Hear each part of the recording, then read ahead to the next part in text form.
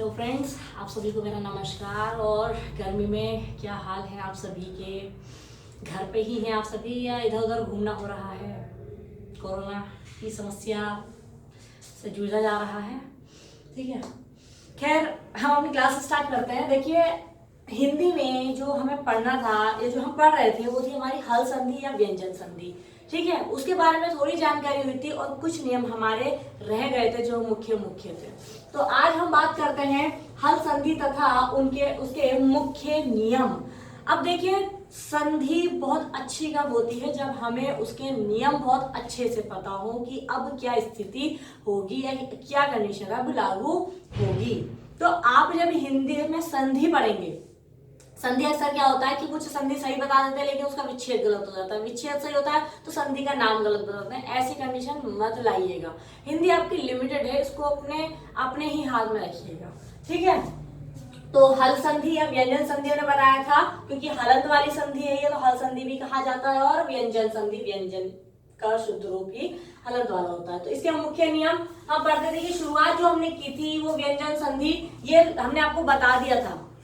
ये पहली क्लास में बात हो गई थी कि व्यंजन संधि की क्या स्थिति, व्यंजन का शुद्ध रूप हल वाला रूप होता है। जैसा कै के नीचे हलंत है तो ये व्यंजन भी है और हल हल भी है, तो खे अब ये वाली स्थिति। मुख्यतः संधि दो प्रकार की होती है, सघोष और अघोष। ये भी बात पिछली क्लास में बता दी गई थी कि अघोष क्या और सघोष क्या। जितने भी हमारे वर्ग के पहला और दूसरा व्यंजन जो होता है वो अघोष होता है, ठीक है। और जितने भी तीसरा, चौथा, पांचवा वर्ण होता है या हम कहते हैं हमारे जितने भी स्वर है वो सब क्या होते हैं, सघोष के अंतर्गत आते हैं। तो इसके अंतर्गत हमने पढ़ लिया था, पहला नियम हुआ था, दूसरा हुआ था, तीसरा भी हो गया था। आज स्थिति देखते हैं नियम 4, व्यंजन संधि के अंतर्गत नियम 4 देखना है आज हमें कि ये नियम क्या कहता है हमसे। ये कह रहा है कि अघोष व्यंजन के बाद, अब अघोष तो सभी जानते हैं, अघोष व्यंजन के बाद जय और ले आने पर अघोष व्यंजन का क्रमशः जय ले में परिवर्तन हो जाता है या बदल जाता है, ठीक है। अघोष व्यंजन है और उसके बाद यदि जय और ले, अब आप कैसे समझेंगे इसे? देखिए, जब जलना होता है, जब आग लगती है तो जलने में तो सभी कुछ ही जल जाता है। सभी कुछ जलने का मतलब है वो उसी का रूप ले लेता है। तो वही कंडीशन यहाँ है कि अघोष व्यंजन के बाद यदि जल की स्थिति आती है,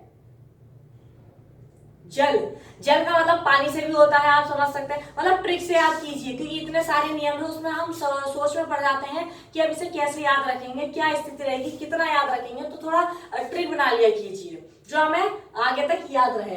अब जल की स्थिति पानी से संबंधित है। जब भी पानी की स्थिति से, पानी हर किसी में अपना रूप ले लेता है, जिस पात्र में वो रखा जाता है वैसा ही रूप ले लेता है। तो वही कंडीशन व्यंजन संधि के अंतर्गत भी आती है कि यदि अघोष व्यंजन के बाद जल आ जाए, मतलब कि जय व्यंजन और ले आ जाए, तो अघोष व्यंजन क्रमशः जल में बदल जाता है।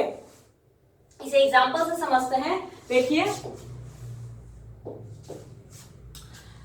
जैसे बात आई तत्, अब तत् में ये जो ते आ रहा है, ते अघोष व्यंजन है। हमने कहा था ते वर्ग का पहला व्यंजन है, वर्ण है, ठीक है ना।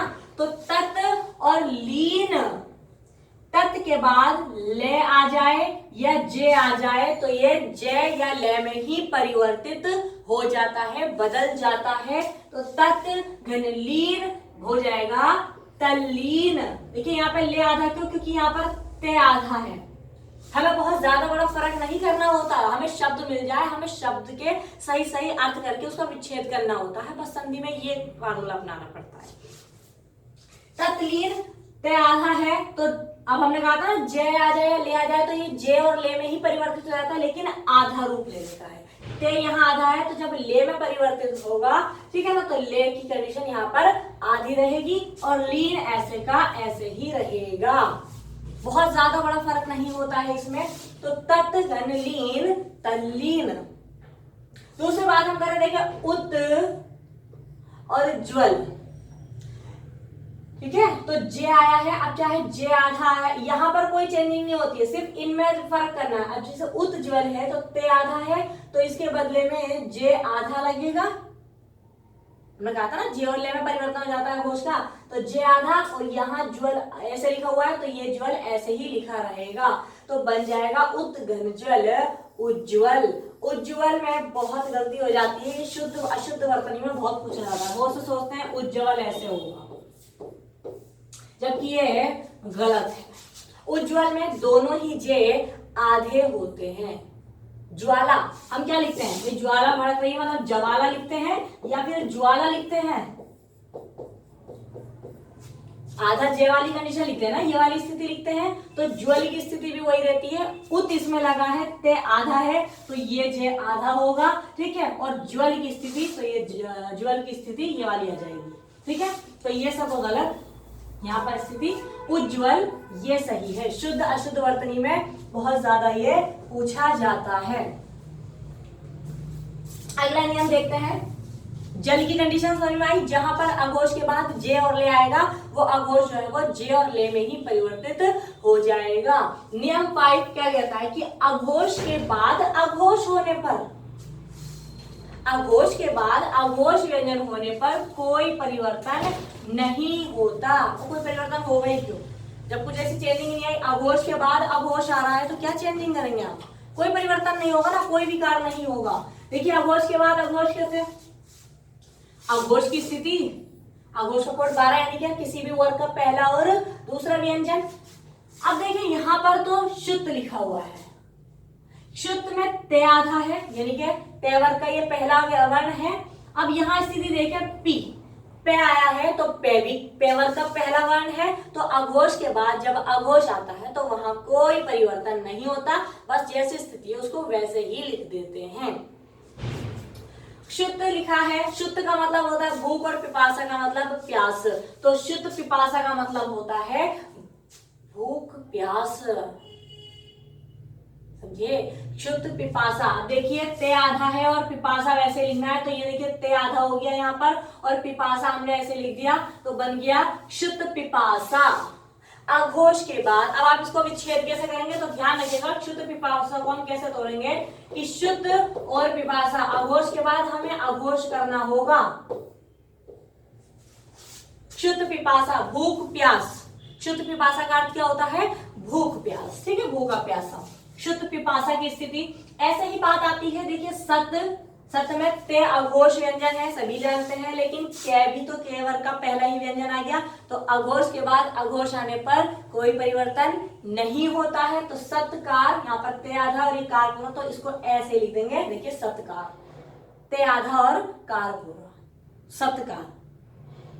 तो नियम 5 क्या कहता है, हल संधि के अंतर्गत के अघोष के बाद अघोष आने पर कोई परिवर्तन नहीं होता है।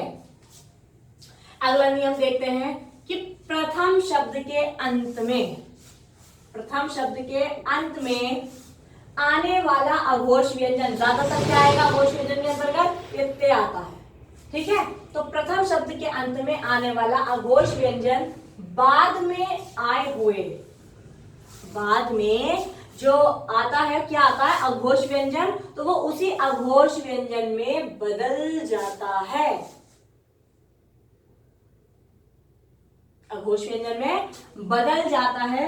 जैसे हम कहते हैं सत चित्त आनंद, ये आपको सिर्फ और सिर्फ डाउट क्लियर करने के लिए यहाँ पर बताया गया, सत चित्त आनंद। अक्सर क्या होता है, ये शब्द हमें दे दिया जाता है सच्चिदानंद, एक तो इसका अर्थ और दूसरा इसका विच्छेद। विच्छेद में अक्सर गलती कर जाते हैं, वो क्यों, क्योंकि कहाँ हलंत लगना है कहाँ नहीं लगना, उसमें थोड़ी सी डाउटफुली कंडीशन बन जाती है। बहुत से क्या करते हैं, इस पर हलंत लगाएंगे, इसे इस पर हलंत नहीं लगाएंगे, इस पर हलंत लगाएंगे तो इस पर हलंत नहीं लगाएंगे, सत्य चित्त नंद कर देंगे, ऐसी कंडीशन नहीं करनी। सच्चिदानंद का संधि विच्छेद क्या होता है, सत है, चित्त है और आनंद है, और सच्चिदानंद जो पर्याय है वो यहाँ है परमेश्वर का, परम ईश्वर का पर्याय क्या है, सच्चिदानंद, जो क्या है कि सत, सत का मतलब जानते हैं यहाँ पर क्या है, सत का मतलब अच्छा भी होता है शाश्वत भी होता है, सत का अर्थ शाश्वत भी होता है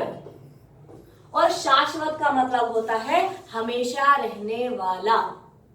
अब देखिए यहाँ पे सवाल कितने बनते जा रहे हैं। हमने बात करी शाश्वत की, तो एग्जाम में ये भी पूछा जा चुका है कि शाश्वत का विलोम क्या होगा। तो यहाँ बात हम कर रहे हैं शाश्वत का, हमेशा रहने वाला, तो नश्वर जो नष्ट पल भर में नष्ट हो जाए। एक तो वो जो पल भर में नष्ट हो गया, तो उसका विपरीत क्या होगा, उसका विलोम क्या होगा, जो हमेशा रहे। तो शाश्वत हमेशा रहने वाला और नश्वर पल भर में नष्ट होने वाला। ये तो हुआ विलोम यहाँ पर। लेकिन हम बात कर रहे हैं सतचित आनंद। तो सतचित आनंद, सत का मतलब हुआ जो सत्य है, हमेशा रहने वाला है, शाश्वत है। ठीक है। चित्त का अर्थ हुआ जो आप सबके चित्त की सुनता है। चित्त यानी कि सबके मन की सुनता है। तो सबके मन की कौन सुनता है, ऊपर वाला ही सुनता है, ईश्वर ही सुनता है। मनुष्य तो खैर आजकल नहीं सुन रहे हैं। तो चित्त की स्थिति, चित्त सबके मन की विचारों को पूरा करने वाला, कि हे ईश्वर ऐसा कर दे, ऐसी इच्छा है हमारी, ये है वो है, इसे पूरा कर दे, उसे पूरा कर दे, हमारी ये कामना, वो सबकी सुनता है। तो चित्त और आनंद बिना फिक्र के, उसे कोई फिक्र भी नहीं है, पूरे संसार को चला रहा है, पूरे ब्रह्मांड को चला रहा है और बड़ा ही आनंदमय है, किसी बात की फिक्र नहीं है। तो सत है, चित्त है और आनंद है, बन जाएगा सच्चिदानंद। हमें ध्यान ये देना था कि सत्य के बाद यदि अघोष व्यंजन आ जाए तो ते जो है वो चे में बदल जाएगा, यानी कि उसी अघोष में बदल जाएगा। प्रथम शब्द के अंत में आने वाला अघोष ते है और उसके बाद में अघोष व्यंजन आ जाता है, तो ते उसी में ही बदल जाता है। ये वही कंडीशन है जैसे अभी हमने जे और ले पढ़ा था। तो सतचित, सतचित में देखें और आनंद, तो ये देखें सच्चिदानंद, परमेश्वर की स्थिति। अब अगला देखें सत चरित्र। सत का मतलब अच्छे से होता है, सत का अर्थ अच्छे से होता है। जब उपसर्ग और प्रत्यय पढ़ेंगे तो हम उनके अर्थों पर ध्यान देंगे, इस बात का आप ध्यान देंगे। सत, सत का अर्थ अच्छा, और चरित्र तो है, चरित्र सभी जानते हैं। तो कैसे चरित्र है, सच्चरित्र है। सच, सच्चाई वाली बात यहाँ पे आ जाती है, सच्चरित्र। तो ते का चे में परिवर्तन हो गया, सच्चरित्र। इसी के साथ अगला देखें उच्चारण। तो ते के बाद यदि अघोष व्यंजन आए तो ते अघोष में ही परिवर्तित हो जाता है, उच्चारण, उच्चारण। अगला नियम देखते हैं हल संधि का। अगला नियम क्या कहता है, ते शे का चे छे में परिवर्तन होना। ते शे का चे छे हो जाता है। मतलब कहने का ये है कि अघोष, अघोष का मतलब ते आ गया और उसके बाद में दूसरे शब्द में शे आ गया, तो ते का तो चे में परिवर्तन हो जाता है और शे का छे में परिवर्तन हो जाता है। जैसे एग्जाम्पल से हम समझते हैं उच्छ्वास, उच्छ्वास। अब यहां बहुत से क्या करते हैं ये समझते हैं, उच्छ्वास कौन सा सही है भाई, उच्छ्वास ये सही लिखा है या उच्छ्वास ये सही लिखा है। तो कभी कभी जब ऐसी कंडीशन हमारे सामने आ जाती है कि क्या सही करें और क्या गलत करें, तो वहां संधि हमारे बहुत काम में आती है। अब संधि कैसे काम में आती है देखिए, सवाल यह था कि ये सही है या ये सही है। उत आया, ते आधा है, तो जब ये चे में परिवर्तित होगा तो चे भी आधा ही होगा। अब यहाँ स्थिति ये देखें कि यहाँ पर जो शे आया है, श्वास का शे, वो आधा है या पूरा है। तो यहाँ श्वास की स्थिति हम देख रहे हैं तो शे तो आधा है, तो शे किसमें परिवर्तित होगा, शे जो है वो छे में परिवर्तित होगा। मतलब शे आधा है तो छे भी आधा होगा, और यदि शे पूरा है तो छे भी पूरा ही होगा। बस यही आप सही गलत की खुद पहचान कर लेंगे। देखिए उत और श्वास, तो मतलब ते का चे में परिवर्तन होना और शे का छे में परिवर्तन होना, बन जाएगा उच्छ्वास। तो जिस पर हलंत लगा हुआ है वो उच्छ्वास हमारा सही है और ये गलत है। दो सवाल हुए, हम संधि विच्छेद भी कर रहे हैं, हम हल संधि को भी पढ़ रहे हैं, इसके अलावा जो शुद्ध अशुद्ध वर्तनी होती है हम उस पर भी ध्यान दे रहे हैं। मतलब एक से एक क्लास में आपको कितना सारा एक साथ मिल रहा है। ठीक है। अब देखिए उच्छ्वास मिल के श्वास बाहर की ओर होना, उच्छ्वास। तो चे भी आधा है और छे भी आधा है और हलंत इस पर लगा हुआ है। दूसरी कंडीशन देखते हैं, दूसरे एग्जांपल से समझते हैं। सत, अभी सत बताया था, अच्छा। सत और शासन, देखिए शा जो है वो यहाँ पर पूरा है, तो ते का परिवर्तन आधे छे में होगा और शे की जगह क्या आ जाएगा, छे आ जाएगा, और इस पे ये आ की मात्रा लगी हुई है तो ये यहाँ पर भी आ की मात्रा लग जाएगी। तो सत और शासन मिलकर के बनाएंगे सच्छासन। सच्छासन। उच्छ्वास, उच्छ्वास आधा छे और सत शासन में सच्छासन। यानी कि ते के बाद, अघोष के बाद यदि शे आता है, शासन वाला शे आता है, तो इसकी कंडीशन ही किसमें परिवर्तित हो जाते हैं, आधे छे में परिवर्तित हो जाते हैं। अगला नियम देखते हैं।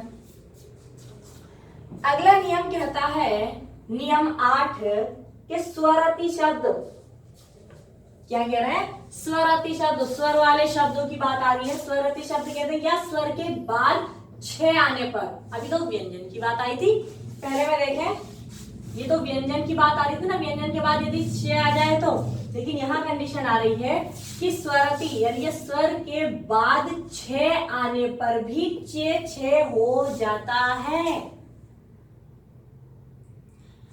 इससे पहले जो हमने पढ़ा था वो पढ़ा था कि व्यंजन आया, अघोष व्यंजन, अघोष व्यंजन के बाद शे आ जाए तब भी क्या हो जाता है, चे छे हो जाता है। और यहाँ पर भी कंडीशन यही आ रही है कि स्वर के बाद छे आने पर भी क्या होता है, छे, आधा छे और छे हो जाता है। एग्जाम्पल से समझते हैं कि कैसा स्वर आएगा। तरु, तरु ऊपर खत्म हुआ ना, हलंत तो नहीं लगा हुआ है यहाँ पर, मतलब कि स्वर। आप बहुत से सोचेंगे कि ये तो होना चाहिए स्वर संधि में, जब स्वर यहाँ पूरा है तो ये तो स्वर संधि में होना चाहिए, नहीं, ये व्यंजन संधि के नियम के अंतर्गत आ रहा है, क्योंकि हम इसमें ये एडिटिंग कर रहे हैं ना। छह वाली कंडीशन यहाँ पर भी आ रही है, उसमें तो हमें सिर्फ दीर्घ गुण इस तरह से करना था स्वर संधि में, लेकिन यहाँ पर स्थिति चेंज है। देखिए भले यहाँ पर स्वर आया है लेकिन उसके बाद में तो स्थिति बदली हुई है, ठीक है ना। तो तरु, तरु का मतलब यहाँ पर सभी जानते हैं, वृक्ष होता है, पेड़ होता है, दरख्त होता है।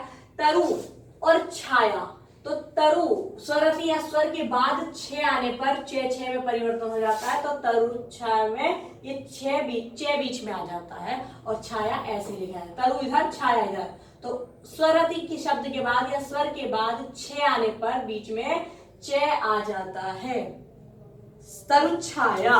दूसरा एग्जांपल लेते हैं, आ स्वर आ गया और आ के बाद यदि छे आ जाता है तो बीच में आधा चे जरूर आएगा, आधा चे जरूर आएगा। कैसे आएगा, देखिए आ छादन, ये तो हमने पहले ही लिख रखा, लेकिन बीच में क्या आ गया, आधा चे आ गया तो बन गया आच्छादन, ठीक है। अगला देखते हैं, अगला नियम क्या कहता है। नियम 9, प्रथम शब्दांत में, प्रथम शब्द है और उसके अंत में मैं लगा हुआ है, मैं के बाद अघोष व्यंजन आए, क्या आए, अघोष व्यंजन आए, तो मैं के स्थान पर अगले शब्द का पंचमाक्षर, जो अगला शब्द है, दूसरा शब्द है, उसका पंचम अक्षर या विकल्प, विकल्प का मतलब है जैसा वर्ण होगा उसी का पंचमाक्षर, तो विकल्प से पंचमाक्षर हो जाता है। मतलब पहले शब्द के अंत में मैं आना चाहिए और दूसरे शब्द के शुरू में क्या आना चाहिए, अघोष व्यंजन आ जाए, तो वो उस अघोष व्यंजन का ही पंचमाक्षर हो जाता है। कहने का मतलब ये है, मैं है अघोष व्यंजन, तो यहां क्या होगा, इस अघोष का ही पंचमाक्षर हो जाएगा। बस इतना है इस नियम में कि मैं आए शब्द के अंत में और दूसरे के शब्द में क्या आ रहा है, अघोष व्यंजन है, और यहाँ अघोष व्यंजन का क्या हो जाएगा, संधि में पंचमाक्षर हो जाएगा। इस अघोष का पंचमाक्षर होगा, इसकी बात नहीं आ रही है, इस अघोष व्यंजन का। एग्जाम्पल से समझते हैं, जैसे बात आई सम, मैं पे खत्म हो गया, कलन से शुरू हो गया। तो सम कलन, कलन में देखिए ये अघोष व्यंजन, अघोष का ही पंचम अक्षर हो जाता है। तो कै का पंचम अक्षर क्या होता है? ये अंग। तो यहां यही स्थिति बनी हुई है, देखिए संग ये आधा है, यहाँ पर कै पूरा है और कलन, संकलन। इस संकलन को ऐसे भी लिखा जाता है, इस संकलन को ऐसे भी लिखा जाता है। हम अपनी हिंदी की सहूलियत के लिए क्या करते हैं, इस तरह से लिखते हैं। लेकिन जब संधि विच्छेद की बात आती है, वर्तनी की बात आती है, तो फिर हमें इन नियमों को भी ध्यान में रखना पड़ता है। हालांकि ये दोनों ही सही है, ये भी सही है, ये भी सही है, लेकिन आजकल हिंदी में कोई इतना ध्यान नहीं दे पा रहा है, बस एकदम से ये लिख दिया। लेकिन जब बात आती है वर्तनी की, संधि विच्छेद की, तो वहां पर हमें इस बात का खास ख्याल रखना चाहिए।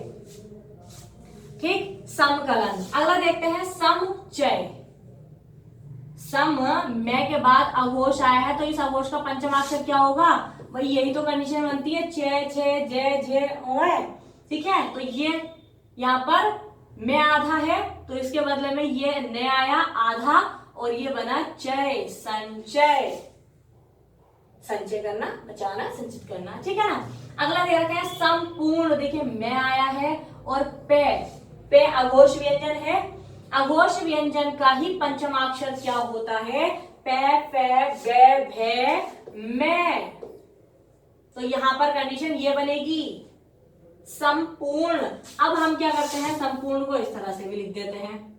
ये आजकल हिंदी में इसका प्रचलन ज्यादा है, ये अनुस्वार का रूप लिया हुआ है, ये ज्यादातर व्याप्त है। संचय हम कैसे लिखेंगे? संचय की स्थिति ये रही। दोनों ही सही है, ये भी सही है और ये भी सही है। ठीक है ना। तो संकलन है, संचय है, संपूर्ण है, इस तरह से ये भी ठीक। और जब संधि विच्छेद करते हैं, जब हमें ऐसी स्थिति बनानी पड़ती है कि कौन सा पंचमाक्षर आएगा, तब हमें इस तरह से करना पड़ता है। अगला नियम देखते हैं। देखिए वो बहुत लोगों को ऐसा लग रहा है स्टूडेंट्स को कि हमें समझ में नहीं आ रहा, लेकिन जब एक बारी में कोई चीज समझ में नहीं आती, तो आप उसको दोबारा से समझने का प्रयास कीजिए। दोबारा समझना मतलब प्रयास करते रहिए, कब तक नहीं समझ में आएगी? जब आपका प्रयास जारी रहेगा, तो वो चीज आपको 100% समझ में आएगी ही। और ये नियम तो ऐसे है कि आपको इन्हें बार बार पढ़ना, समझना पड़ेगा, एक बारी में तो नहीं हो पाता। ठीक। अगला नियम हमसे कहता है, नियम 10, मैं के बाद अंतस्थ व्यंजन। अंतस्थ तो सभी जानते हैं। अंतस्थ, अंतस्थ की स्थिति देखें, मैं यहां लिख देती हूं।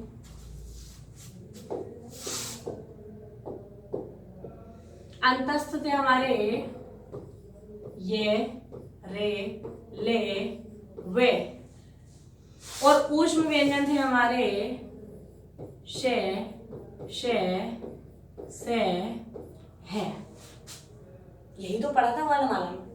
तो मैं के बाद, अभी इससे पहले मैं से पहले अघोष व्यंजन की बात आई थी। अब क्या कह रहे हैं कि मैं के बाद अंतस्थ व्यंजन आए या ऊष्म व्यंजन आए, तो इनके, अब इनका पंचमाक्षर तो नहीं होगा, तो इनका क्या हो जाता है?